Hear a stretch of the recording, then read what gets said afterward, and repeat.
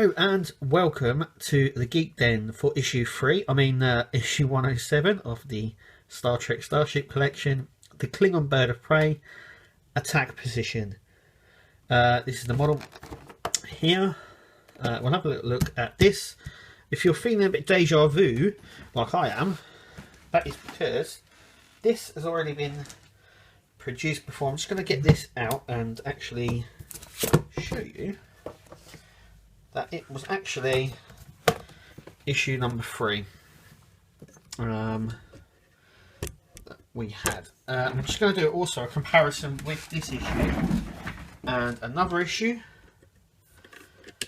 This issue, there we go. So, as you can see, they're near enough the same.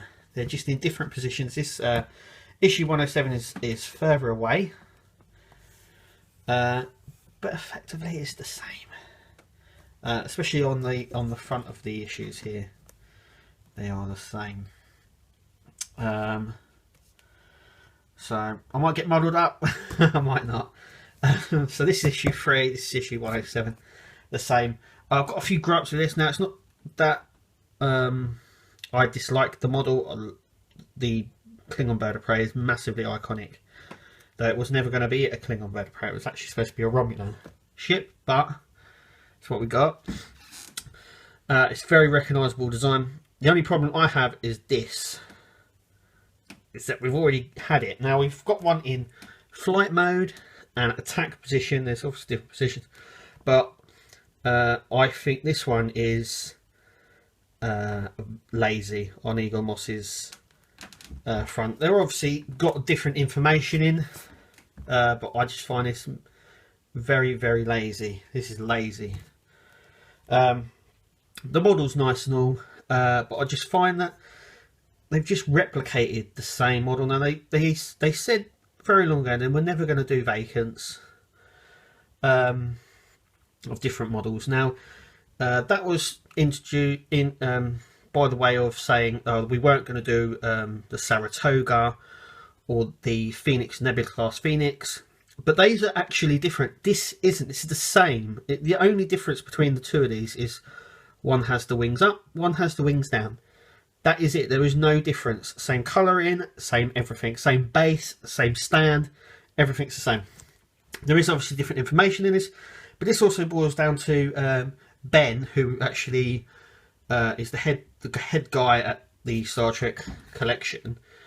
Now, obviously, he's a massive Star Trek fan. We know he's into it, but he also read quite a lot of books on the Bird of Prey. So it kind of boils down to not what us want as fans, it's what he would like to do. So I don't really know what understanding.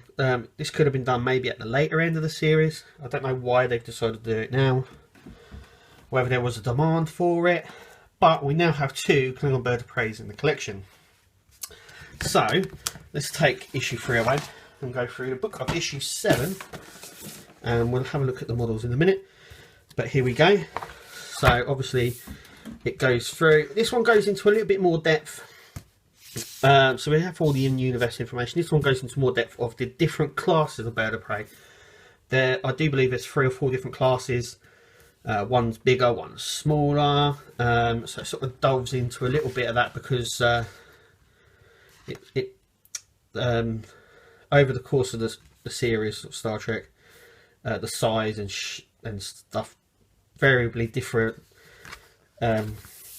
Differentiated between each one, so this obviously explains that there were actually 3 different kinds of Bird of Prey in operation. So we go through here. Here we have fleet listings. So this goes through the more of the ships that appeared on the series throughout, and then we have the retiring. Then we get an interview here that the guy who played Mortok, General Mortok, did towards the end of season 7. So this is not a late interview. This was printed before. This is another lazy way of them doing these. I like it when they actually interview him now rather than just take something that they've already found somewhere else. That's very lazy as well. And then we have the different aliens that you protrude, and then we have this, which we'll be bringing you here at 108. I'm loving these Wolf 359 vessels. I'm glad that we're actually getting them all as well. It's just nice. Then we have some trivia here, some nice trivia, and we have the top-down view of the bird of prey. So let's get this out and have a look. And here we are with the two. So we have issue 3 and issue 107. Obviously the flight position and attack position. Obviously you can see the differences between the two. They're literally the same size, except one's got the wings up, one's got the wings down, and the same base as well. So these are the bases, as you can see. Let's flip them. One says obviously attack mode, as you can see. Oh, but they're on the same base, and to just show you, this is the attack base. So that just, no, it won't fit in there. Maybe it's not then. But anyway, yeah. So just to show you, so here's the flight one, and here is the other one. I've noticed that this one's a little bit more dirty from here, as you can see on the wings, but as we put the two on top of each other, you can actually see that they are exactly the same size. Just one has the wings up and the wings down. Let's have a look underneath. So these here on the attack one are more red than here, as you can see. It's got lots of this scuffing and dirty marks, which is quite good. I like all this sort of detailing that it has, as you can see here. But there's a lot more, I don't know, sort of exhaust vents here. Sort of the exhaust marks that you would get if you own a diesel car. So let's have a little look at this model a little bit closer. So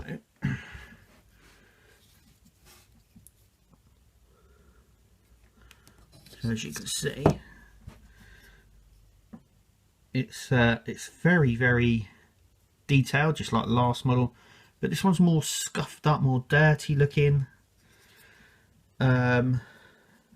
If you're into fleet building, this is quite good, because it means you've now got two different versions and you can get quite a lot of these.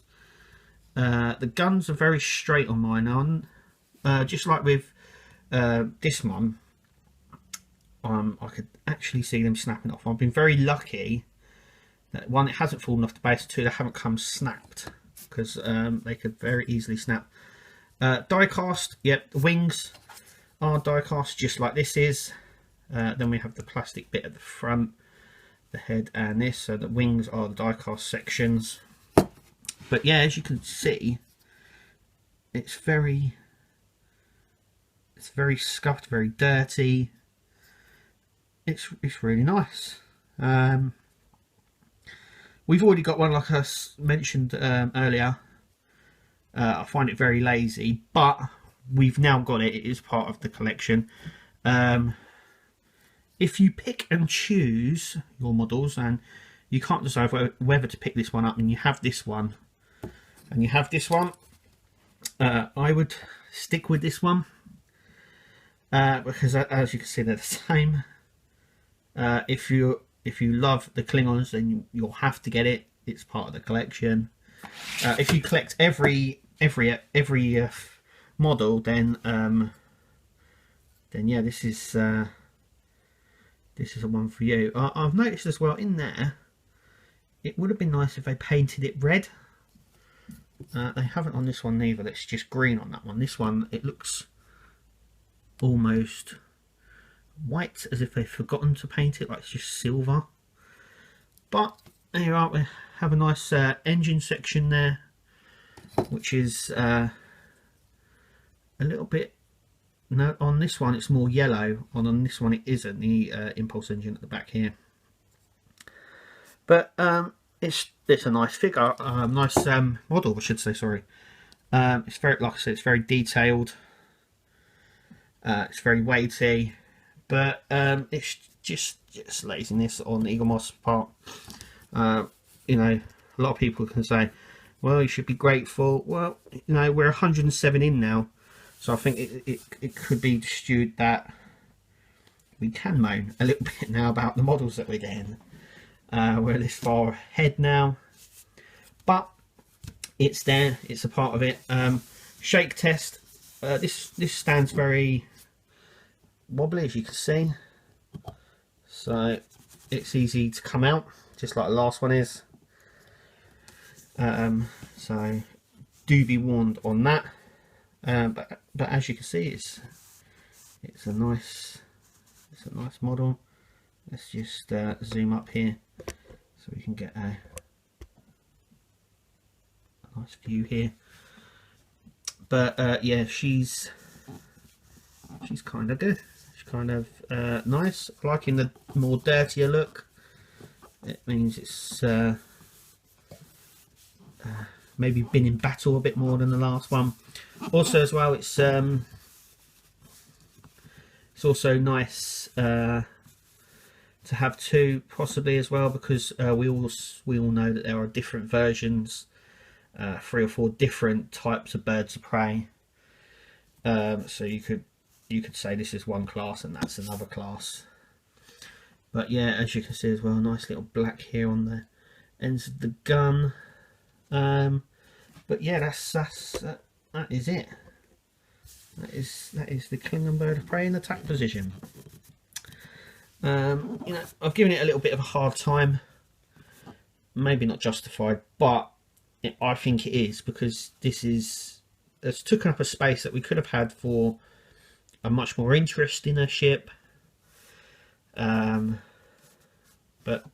there we are. Anyway, that is it for this issue, and we hope to see you at the next one, and we'll see you at the next video.